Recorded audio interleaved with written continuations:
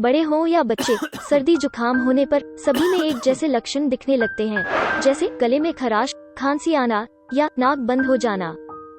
मौसम बदलने के साथ ही अपनी सेहत को लेकर हमें कई तरह की परेशानियों का सामना करना पड़ता है, और इनमें जो परेशानी सबसे आम है वो है सर्दी जुकाम। आइए जानते हैं भाप कैसे फायदेमंद है शिशु के लिए।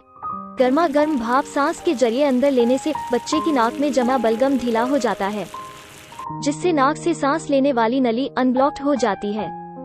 कुछ डॉक्टरों का कहना है कि इससे शिशु जल्दी स्वस्थ हो सकते हैं। इसके लिए आपको अपने बाथरूम में इतना गर्म पानी रखना है जिससे भाप बन सके। बच्चे को लेकर बाथरूम में जाइए और दरवाजा बंद कर लीजिए और कम से कम 15 मिनट के लिए अपने बच्चे के साथ वहां बैठे। सर्दी जुकाम और कफ होने की स्थिति में भाप लेना रामबाण उपाय है। भाप लेने से न केवल आपकी सर्दी ठीक होगी बल्कि गले में जमा हुआ कफ भी आसानी से निकल सकेगा और शिशु को किसी तरह की परेशानी नहीं होगी। नाक बंद में कई बार शिशु इरिटेट हो जाते हैं और सही से सो नहीं पाते, इसलिए सोने से पहले कुछ मिनट भाप लेने से शिशु आराम से और चैन की नींद सो सकते हैं।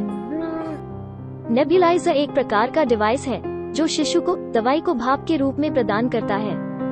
शिशु को जुकाम अगर छाती से जकड़ी हुई है तो डॉक्टर की सलाह से नेबुलाइजर का प्रयोग किया जा सकता है, और इससे जल्दी राहत पाने में नेबुलाइजर से बेहतर और कुछ नहीं है।